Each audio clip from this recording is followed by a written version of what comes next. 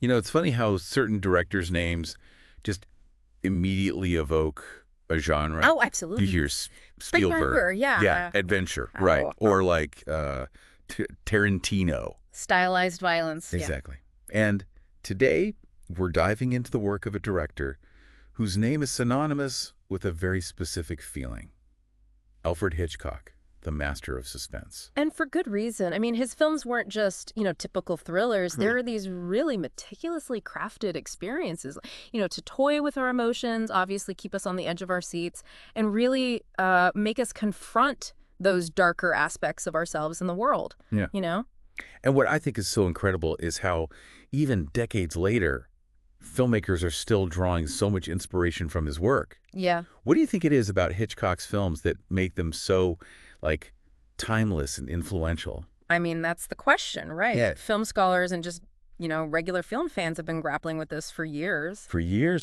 But I think, one key part of it is his masterful understanding of human psychology. Okay. He knew how to tap into our deepest fears and anxieties, those primal instincts that make us, well, vulnerable to suspense. Totally. And he didn't just, like, rely on those cheap jump scares or, No. excessive gore. Yeah. It was all about building that tension slowly, meticulously, almost like a Like a spider web. spider web, yeah. Yeah. And then, he just snares us right along with his characters. Exactly. He understood the anticipation, the dread of what might happen. That's often so much more terrifying than the actual event itself. It's like, remember that famous quote of his? Oh, yeah, there is no terror in the bang, only in the anticipation of it. Exactly. That is Hitchcock in a nutshell, right? Completely. It's that feeling you get when you're watching a character walk down a dark hallway alone. Yeah. And you just know something bad's going to happen. Yeah. But he makes you wait for it. Yes. And that wait is just agonizing. Absolutely. And that mastery of suspense, it's really rooted in his upbringing and his early experiences in the film industry. Okay. So, born in London in 1899, Hitchcock had a very strict Catholic upbringing. And some people argue that this really instilled in him a fascination with guilt and sin and that darker side of human nature. And, these themes became recurring motifs in his work. So it's almost like those early experiences with fear and repression became like a wellspring of inspiration. Yeah. That he just kept returning to throughout his career. I think that's a great way to put it. Yeah. And we can't forget the impact of his early career, back in the silent film era. Oh, right. Because working within the limitations of silent films forced him to become a master visual storyteller. Yeah, makes sense. He had to convey those emotions, build that tension, tell those stories purely through, images, composition, and editing. Wow. It's amazing to think about how those technical limitations in the silent era actually pushed him to develop such a distinct and innovative visual style. Absolutely. And then that visual style, it became even more potent, I think, when sound was introduced to cinema. Okay, yeah. He was one of the first directors to really understand how to use sound, not just, as an accompaniment to the visuals, but as a tool for, building suspense and really manipulating the audience's emotions. Yeah. One of the things that always fascinates me about Hitchcock is how he could take, like, ordinary everyday situations and twist them into something so unsettling and suspenseful. Like, take Rear Window, for instance. Yeah. The premise is so simple, right? A man stuck in his apartment Right. watching his neighbors. Yep. And he ends up witnessing a murder. Rear Window, I think, is a perfect example of that, That's brilliant. of how Hitchcock could just transform the mundane into something so extraordinary. And that film it's essentially a masterclass in voyeurism. Right. It's how our own curiosity and the act of watching can lead us down this rabbit hole of suspense and danger. Yeah. You, the viewer, are right there with Jimmy Stewart, peering through those binoculars. Yeah. And you're becoming complicit in his observations. Totally. And as the story unfolds, you start to question everything you see. Yeah. Is he imagining things? Is he really witnessing a crime? Right. Hitchcock makes you doubt your own perceptions, Yes. which just adds to that suspense. Exactly. He loved playing with the audience's expectations, making us question what's real and what's imagined. And that brings us to one of his most famous and effective techniques, the MacGuffin. Ah, yes, the MacGuffin. Can you explain to our listener what exactly that is Oh, sure. and why it's so important in Hitchcock's films? Yeah, absolutely. So a MacGuffin is essentially a plot device. You know, it's an object or a piece of information that drives the narrative forward, Right. but ultimately has little or no intrinsic value. So it's not about the what of the MacGuffin. Exactly. It's the how it impacts the characters in the story. Yeah. Right. It's the impact. Like the microfilm in North by Northwest. Yes. We never really find out what's on it. Right. But it sends Cary Grant on this wild, suspenseful chase across America. Yeah, you got it. The microfilm itself, meaningless. Right. But the pursuit of it, the danger and intrigue it creates, that's what makes the film so captivating. And this allows Hitchcock to really focus on something else, right? The psychological impact on the characters. Exactly. So instead of getting bogged down in explaining the complexities of the MacGuffin, he can use that time to explore their inner turmoil. Right. Their paranoia, their desperation. Precisely. The MacGuffin is like this catalyst, Yeah. that sets everything in motion. Yeah. But the real drama, the real heart of it, lies in how the characters react to it. Yeah. And how their actions are shaped by this seemingly all-important object or secret. And I think this technique is so effective because it taps into our own anxieties about the unknown. Like, we naturally want to know what the MacGuffin is. Oh, of course, what secrets it holds. Yeah. But Hitchcock keeps us guessing, and that's what keeps us hooked. Exactly. He understood that our imaginations are often far more powerful than anything he could actually show us on screen. Right. And by withholding information, by keeping the MacGuffin shrouded in mystery, he forces us to engage with the story on a much deeper level. Yeah. To fill in those blanks with our own fears and suspicions. Like he's giving us the puzzle pieces, but holding back the complete picture. Yeah. Which makes us work harder to solve the mystery. Yeah. Even if that mystery is ultimately secondary to the character's psychological journeys. You nailed it. And that's one of the reasons why I think Hitchcock's films are so rewatchable. You can watch them multiple times. Yeah. And you discover these new layers of meaning, new clues, new ways of interpreting the character's motivations. And that's what makes him so much more than just like a genre filmmaker. Oh, for sure. Right. Yeah. He's a master storyteller who understood how to use suspense, not just as a cheap thrill, but as a way to really explore the complexities of human nature. Absolutely. And that's why his films continue to resonate with audiences today, Yeah. They offer this glimpse into those dark recesses of the human psyche, those anxieties and desires that I think we all share, but rarely confront so directly. Yeah, and he does it all with this incredible visual flair. Oh, yeah. This, masterful command of cinematic language. Yes. He's like a magician, right? Yeah. Manipulating light and shadow, composition and movement to create a world that's both beautiful and unsettling. And it's a world that we can't help but get drawn into. Yeah. Even when we know that it's leading us towards, danger and darkness. Uh-huh. But before we venture too far into that darkness, I think we need to take a quick break. Okay. Don't go anywhere. We'll be right back. Welcome back. Before the break, we were talking about Hitchcock's almost like uncanny ability to make you question everything you see on screen. Oh, yeah. He was a master at that. Such a master of building suspense. Absolutely. And, one of the techniques he often used to achieve this was the wrong man trope. Okay. Which you see again and again in his films. The wrong man trope. So you mean like an ordinary person? Yeah, an average Joe. Suddenly finds themselves in this dangerous situation? Yep. That they don't understand. Precisely. Think about Cary Grant in North by Northwest. Okay. Mistaken for a spy, framed for a murder he didn't commit, and forced to go on the run. It's such a classic, like, Hitchcockian setup, right? Yeah. And it taps into that universal fear of being caught in this web of intrigue. Oh, absolutely. That you didn't create and don't know how to escape. Exactly. And that makes the suspense all the more potent because, it feels so relatable. You can imagine yourself, I think, in the character's shoes. Oh, yeah. Feeling that same confusion, that fear, desperation. And Hitchcock, he was so brilliant at amplifying those emotions through his use of camera work and editing and even the music. Oh, the music, yeah. Yeah. And you see that so clearly in Psycho, too, Yeah. Marion Crane, played by Janet Leigh, Yes. makes one bad decision and suddenly finds herself in this, like, terrifying situations she could never have anticipated. Yeah, Psycho is, it's fascinating because it kind of plays with the wrong man trope. Right. In a slightly different way, Yeah. you know? Yeah. Marion Crane is initially presented as the protagonist. Right. But then, Hitchcock pulls the rug out from under the audience. Yeah. And shifts the focus to Norman Bates. Right. And that shower scene, I mean, even after all these years. Oh, iconic. It's still one of the most, shocking and just iconic moments in cinema history. How do you think he managed to create such a powerful and enduring sequence? I mean, it's really a combination of factors. Okay. It's the masterful editing, the, jarring music by Bernard Herrmann, the clever use of camera work to both show and conceal the violence. Right. It's a sequence that's both terrifying and strangely beautiful. It's almost like a macabre ballet. The way he orchestrates the violence and the emotions, and the fact that he doesn't actually show the knife penetrating the flesh, right, that makes it even more disturbing. Yeah, he leaves it to your imagination to fill in those gaps. Right, exactly. Which, as we said, is often far more effective than showing everything explicitly. Yeah.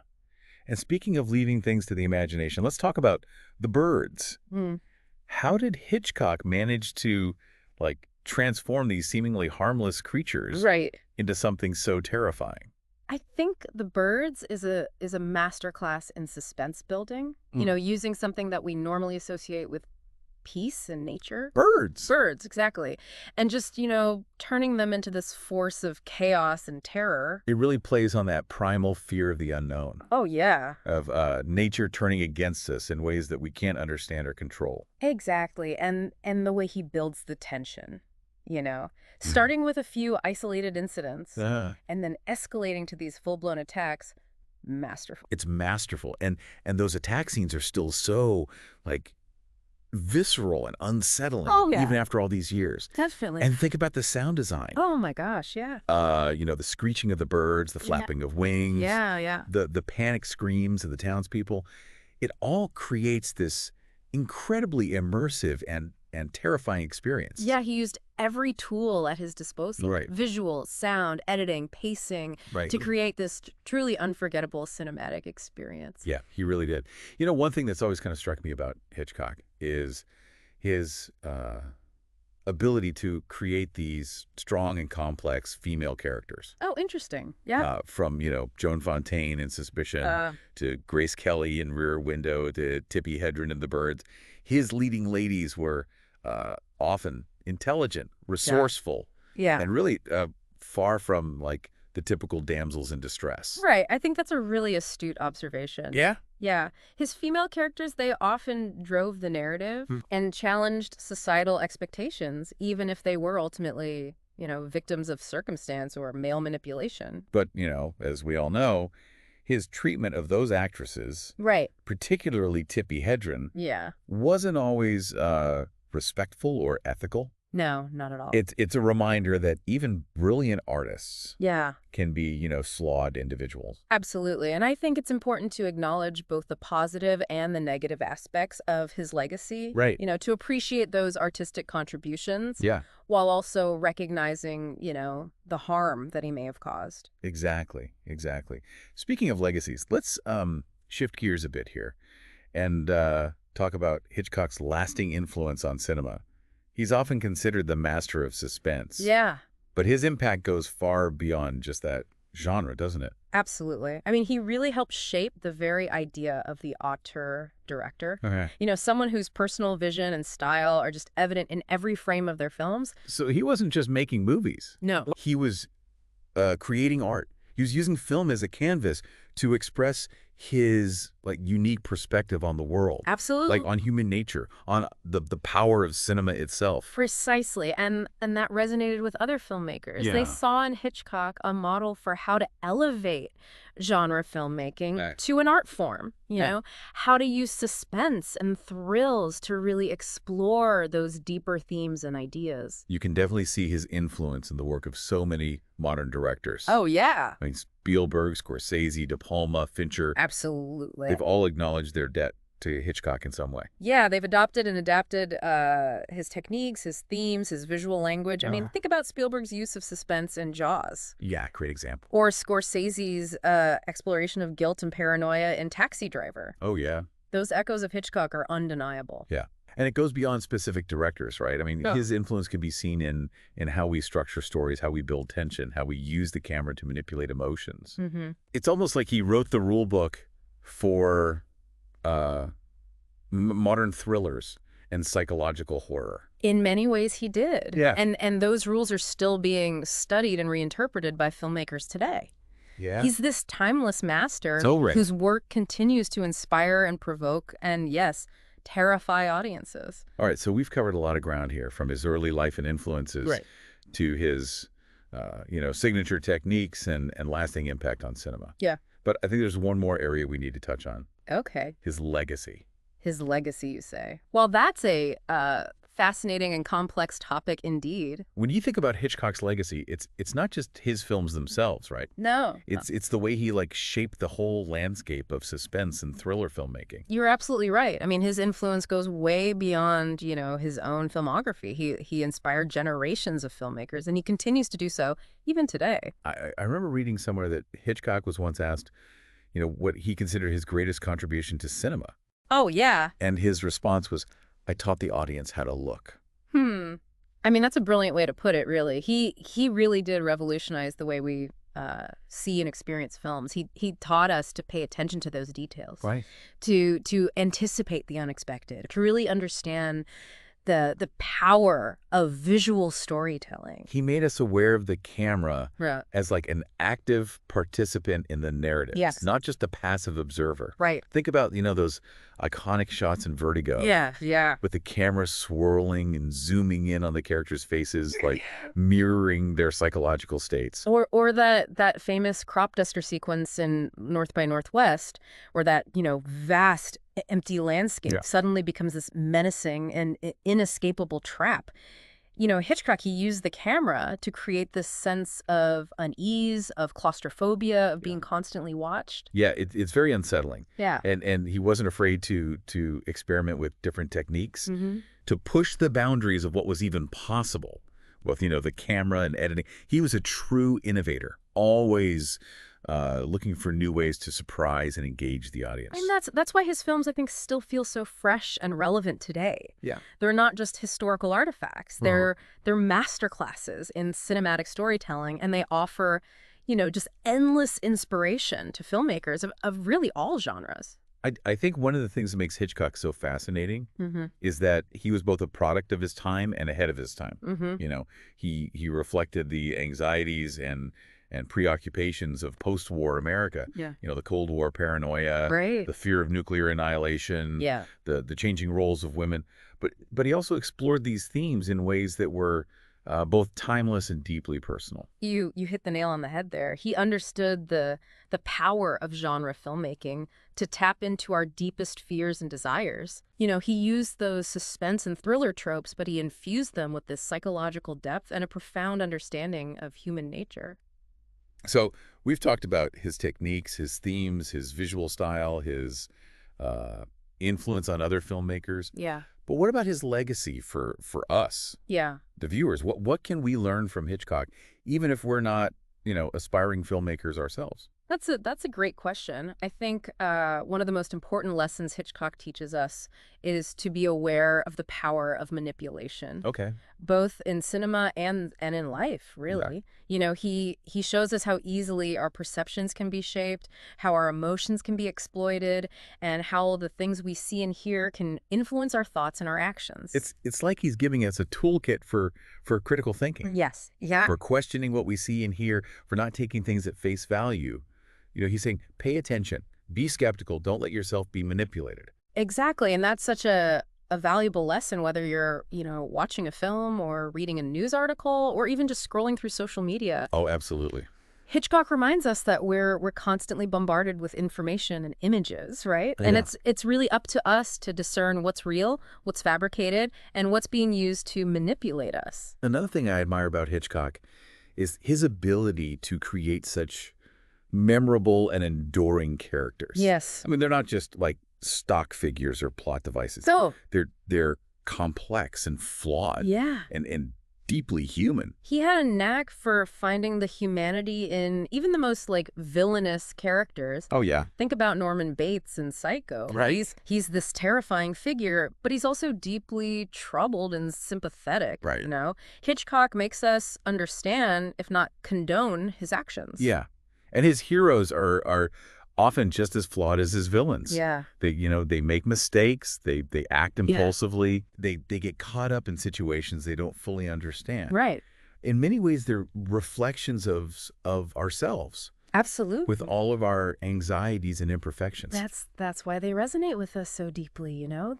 They're not these larger-than-life figures. They're ordinary people thrust into these extraordinary circumstances. Yeah. And we can't help but root for them even when they make those, those bad choices. Yeah. So as we wrap up our exploration of Alfred Hitchcock, right, the master of suspense, I think it's safe to say that his legacy is both complex and enduring. Absolutely. He was a brilliant filmmaker. Yeah. A master manipulator. Yes. A flawed individual. And a cultural icon. He was all of those things. He challenged our perceptions, he entertained us, he made us think, and he left like an indelible mark on the world of cinema. And to you, dear listener, we hope this exploration of Hitchcock's work has sparked your curiosity, challenged your assumptions, and maybe even given you a few chills along the way. Yeah, because that's the magic of Hitchcock. He stays with you long after those credits roll. He makes you look at the world a little differently, question what you see, and appreciate the power of storytelling to both entertain and enlighten. Yeah. Thanks for joining us on this deep dive into the world of Alfred Hitchcock. Until next time, keep those eyes open and those minds engaged.